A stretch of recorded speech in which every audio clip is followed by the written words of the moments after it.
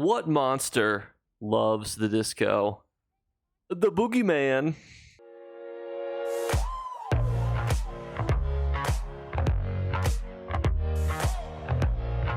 What's going on, YouTube? So we have a big month coming in November. Now, obviously, if you already play on PC, you've already got Update 40.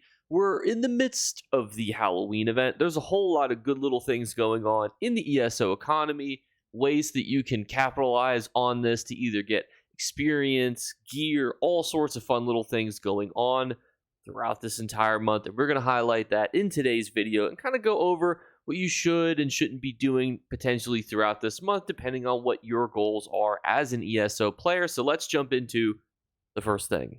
And we're going to start with going over what is my most common question, which is generally around what are some new easy ways to make gold throughout a specific time period. And right now, it's Perfect Row. Perfect Row has basically doubled, or depending on when you're pulling these numbers from, gone up 75% in value on console as it has on PC. Now, these are the numbers from console here. I'm in Mournhold to pull this data here for you. So just so you can get an idea of how much it's gone up in value. Why is that? Well, Perfect Row is used in just a lot of things, but most namely XP potions. And when you have double XP events, people are like, hey, I want me some of those. Also, too, Endless Archive is going to be a dungeon, if you want to call it a dungeon or arena, whatever it's classified as, that is a great XP method, and people are going to want to be utilizing potentially XP potions when they go in there to get additional experience. Also consider, too, that a lot of buff foods that potentially people might be using can cost Perfect Row to make, and then either to use for different types of content, which could include the Endless Archive. So that's why we've seen such a spike in Perfect Row and throughout the holiday season with all the additional events and things that ESO will be doing. It is only going to continue to go up. So if you're a brand new player, it's exceptionally easy to fish. The new fillet system is really easy to manage, and this could be a great gold method for you if you're interested.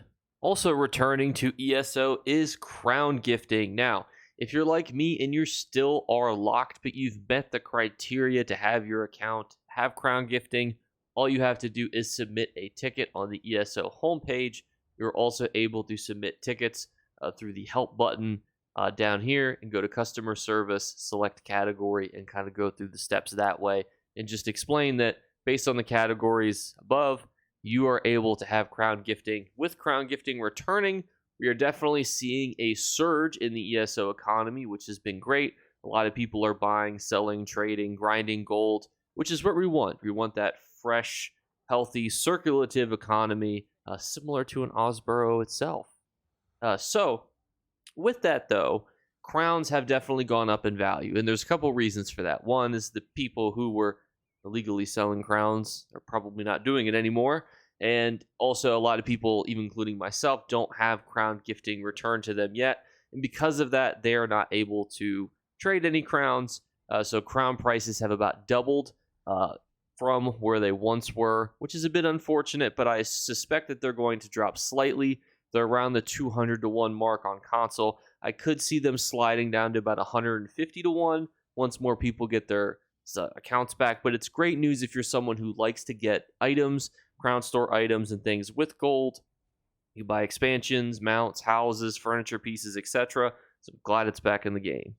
And we cannot forget that it's Halloween. One of the most important things that you need to collect during the Halloween event is the Bewitched Sugar Skulls recipe. At some point, you likely will want this recipe. It's cheap to craft. It's sometimes, for a lot of things, the best in slot food. So being able to craft it yourself is exceptionally helpful. And you can get it for exceptionally cheap right now during the event. And it's only going to go up in value throughout the rest of the year. It's probably the most important thing that you collect during this event. We've obviously done event breakdowns and things. We won't rehash all those things, but if you're interested in trying to grind it, there's some great methods that we discussed, but some other ones that you guys have suggested in the comments below has actually been really good as well, such as things like farming Fungal Grotto, because of the amount of bosses that you can farm in a short period of time, and there's no cooldown for you getting a box from killing those bosses, which is a great suggestion that you guys had suggested. So if you're looking for boxes, that's the best way to do it right now. Obviously, too, you can go out and buy the recipe if you would want, but my definite suggestion is make sure that you get one for yourself. With Endless Archive coming to console here in 2 weeks and already out on PC, it is imperative that if you're looking to sell these sets that are going to be recommended by creators to build and to go into this different type of content, which is very new, duos with your companion, duos with a player, solo on your own, is such a unique concept that it's going to require unique builds. So this is the part of the video we're going to suggest items and sets that generally don't have potential value or are going to be going up in value. Now, because it's out on PC, I can't really show you the economy there because everyone's probably running around like with their heads chopped off because it's already released. But these are the sets for the Gourmand set on console. This set drops from Galen, and it is one of the #1 recommended sets for you guys to use if you're interested in farming the Endless Archive. Now, we're going to go over some other sets here, but this is great if you want to try to snatch these up at a discount, or if you want to farm them now before its release, or if you want to take the initiative to try to sell these pieces. Those are all the options that you have. Even if you're a PC person, you could still do that right now too, because if it's suggested, people are going to be buying it. Another hotly suggested set is actually a craftable set, which is Ancient Dragon Guard. It's got 0 listings. It's a pretty niche set in that it's not generally very super meta relevant. It kind of comes and goes depending on different patches and things. It definitely does have a place out there. People know about it. But generally, sets that are good for craftables, you will see people selling, pre-crafted or unenchanted armor on the ESO open market. But for this being one of the most suggested sets for Endless Archive, you probably would expect to see it in Mournhold, which means if you're a crafter, it's a great set to suggest if you're looking to make some money off your crafted materials. If you have guild trader slots, it's super easy and cheap to fill up a couple with this highly suggested set. Or if you want to make it for yourself to use it as a potentially good Endless Archive build, you can do that as well. Some other notable suggested sets are Briarheart, the crafted set Order's Wrath. From Fargrave, we have Hexo. And finally, a crafted set in Mechanical Acuity. The kind of final thing that I want to talk about is the impending Gates of Oblivion event, which is going to need its own dedicated video because of how many things that there are to do in this event. However, there are some key takeaways. So the Gates of Oblivion event is going to focus on Blackwood, Fargrave, and their kind of associated things, which is fairly important because that includes Rockgrove. And each of these has things to really focus on, sets that sell, maps that are worth a lot, because it's not just the normal ZeniMax. Oh, you do your daily quest, then you get a gold box. That gold box will give you a ticket, and blah blah blah blah blah. Yes, all that's there. It's we're not doing anything crazy here, Copernicus. However, what's unique about this zone is their treasure maps are exceptionally valuable. There's lots of hidden little things that you can farm. Their daily quests are actually exceptionally profitable. Their Leowin plans are good. Rockgrove has got some really good trial sets, phenomenal trial sets. So we're going to break all that down in a separate video, but even their public dungeons have good things to farm. Their daily quests are just naturally good. The sets from both zones even sell to this day very well. It's an incredible zone. So we'll kind of leave the Gates of Oblivion event on as almost like a to be determined. We're still waiting for final confirmation on the exact date and time. It would be kind of weird. It said middle of November, but that also then interrupts with Endless Archive, so that would be kind of weird to release Update 40 the same time you're doing a Gates of Oblivion event. You think you would, want to do them at different times, but whatever. I'm not a developer. It's not my forte.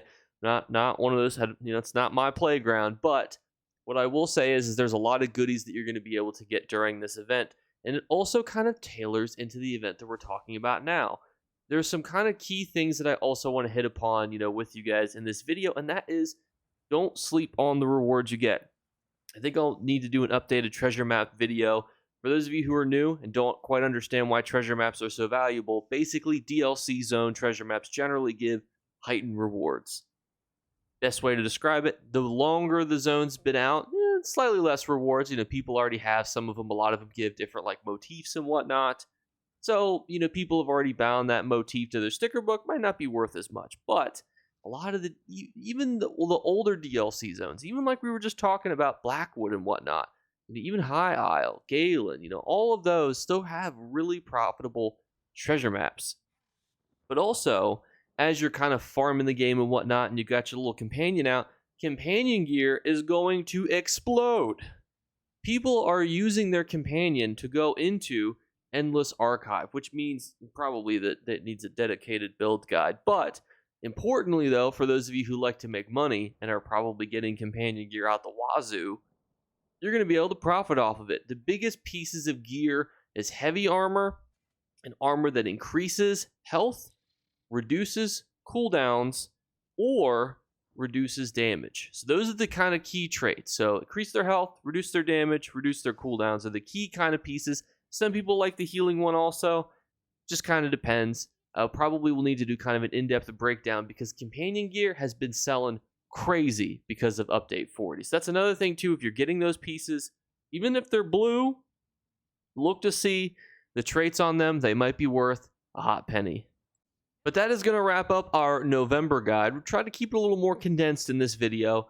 Likely to then we can then break down any sort of updated information if you're in the comment section and you want the Gates of Oblivion guide, or you want an updated treasure map guide, or you want a companion build guide. We can help flesh out those things in dedicated videos without making this one super long. I'm trying to be very constrained when I make some of these videos. So thank you guys. And as a reminder too, I read all of your comments as quickly as I can. And I would just want to thank you guys for the nice comments that you've been leaving. There's like a little feature where YouTube will delete some of the comments because it'll be like, ooh, this was really mean, which is kind of funny. But generally it just means that there was a swear word in it. And even when I go to the remove comments, there hasn't been any in the last 30 days, which means that everyone said nice things. Every so often, somebody will be like, you fucking idiot. And I'm like, oh, okay, I'm sorry. So that's been nice. You guys have been exceptionally supportive throughout the month. And so just quick thank you. As a reminder, we're doing our 3 giveaway drawings. All you have to do to enter is be subscribed. If you're waiting for a reason to subscribe, you could subscribe now. We're doing our drawing November 1st. Great time to do it. Leave a like on the video. Every like on every video throughout the month will give you an entry. And the final thing, which unfortunately has passed, a random word was flashed upon one of the videos throughout the month, but stay tuned for next month because another hidden word will be hidden on one of the videos as a kind of thank you to those of you who have notifications on and watch all my videos, even if you do know something, because you might be able to put a helpful comment in the comments, help other people. You might be able to give me some feedback, or you might actually learn something, the least likely possible thing. So thank you guys so much again, and I'll catch you later. Bye, guys. Better remember to like and subscribe to Jake Clips. Or you should. I might have to pluck your eyes if you don't. Or, better yet, I'll skip rope with your entrails. Do it now. Subscribe. Ta-ta. Off with you. Not a whole lot to say in the post outro, except let me know which of these kind of video topics that I've mentioned throughout this video would be the most helpful. Updated companion builds, updated treasure maps, updated, anything that you think would be helpful. We can certainly do the Gates of Oblivion event kind of breakdown guide, go through it step by step, talk about farming patterns, rewards, all that other good stuff. Let me know what you think would be the most helpful in the comments below, and I'll catch you there. Bye, guys.